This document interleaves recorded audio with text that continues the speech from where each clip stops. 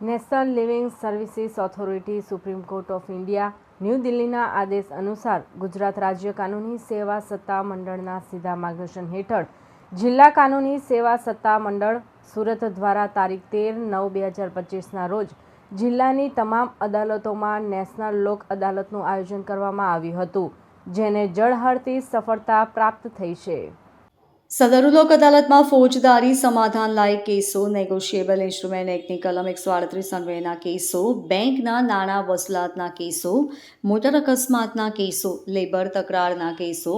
Water અને electricity બિલના કેસો, લગ્ન વિષયક તકરારના કેસો, રેવન્યુ તથા સિવિલના કેસો મૂકવામાં આવેલ.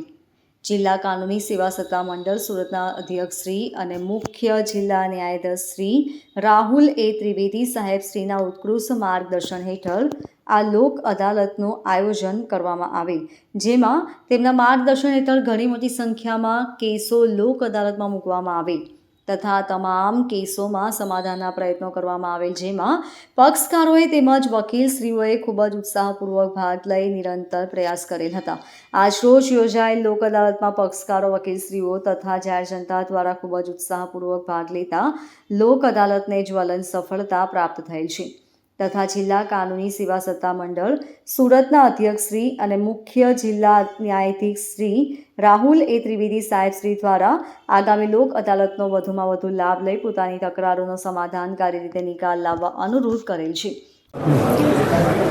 રાષ્ટ્રીય કાનૂની સેવા સત્તા મંડળ નાલસાના અનુશ્રામાં અને ગુજરાત રાજ્ય કાનૂની સેવા સત્તા મંડળના મુખ્ય સંરક્ષક અને ગુજરાત રાજ્ય કાનૂની સેવા સત્તા મંડળના કારોબારી અધ્યક્ષ એવા આપણા chief justice honourable justice Sunita Agarwal અને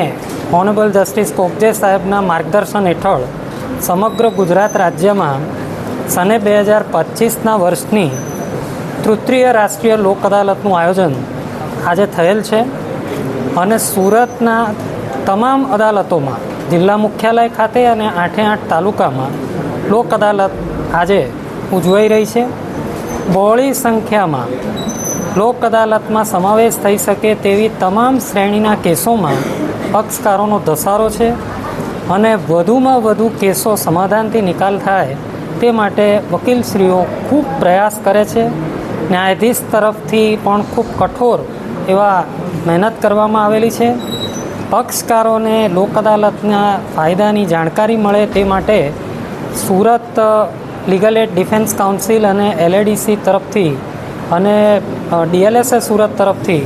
ખૂબ સંનિષ્ઠ પ્રયાસ કરવામાં આવેલા છે. લીગલ લિટરસી કેમ્પ કરવામાં આવ્યા છે, એટલે ખૂબ સુંદર પ્રતિસાદ સાંપડ્યો છે અને અમને અપેક્ષા છે કે તમામ પ્રકારના કેસોમાં, કે મોટર અકસ્માત વળતરના કેસો હોય, ચેક પરતને લગતી ફરિયાદો હોય, દીવાની તકરાર હોય, શિક્ષાત્મક માત્ર દંડથી શિક્ષાપાત્ર થઈ શકે એવા સમાધાન લાયક ફોજદારી કેસો હોય, કે ઔદ્યોગિક તકરાર હોય, કે દાંપત્ય જીવનને લગતી તકરાર હોય, આ તમામ પ્રકારના કેસોમાં જેટલા પક્ષકારો આવ્યા છે એમને ચોક્કસપણે સમાધાન થાય એવી મારી આશા પણ છે અને અમે એવું વિચારીએ છીએ કે અને અમને પૂરી શ્રદ્ધા છે કે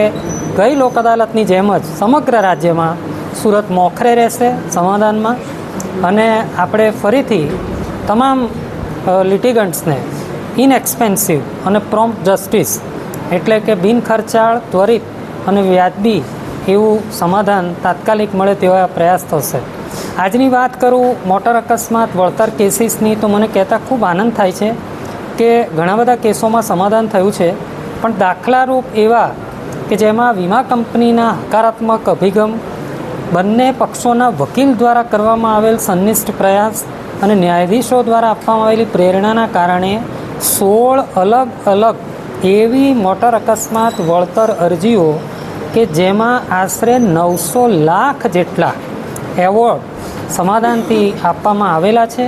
તેમાં એક સૌથી મોટો એવોર્ડ એ ગો ડિજિટ ઇન્સ્યોરન્સ કંપનીની મોટર એક્સિડન્ટ ક્લેમ પિટિશનમાં આપવામાં આવ્યો છે, જે અકસ્માતની વળતરની અરજી 1,80,00,000ના એવોર્ડ સાથે સેટલ થયેલી છે અને તમામ ઇન્સ્યોરન્સ કંપનીના પેનલ એડવોકેટ, અરજદારના વકીલો અને ઇન્સ્યોરન્સ કંપનીના ઓફિસર્સ બહોળી સંખ્યામાં હાજર છે. હજી પણ અમને અપેક્ષા છે કે કન્સિલિએશન દરમિયાન ઘણા સારા કેસોનો નિવેડો આવશે. Bureau report LK star news Surat.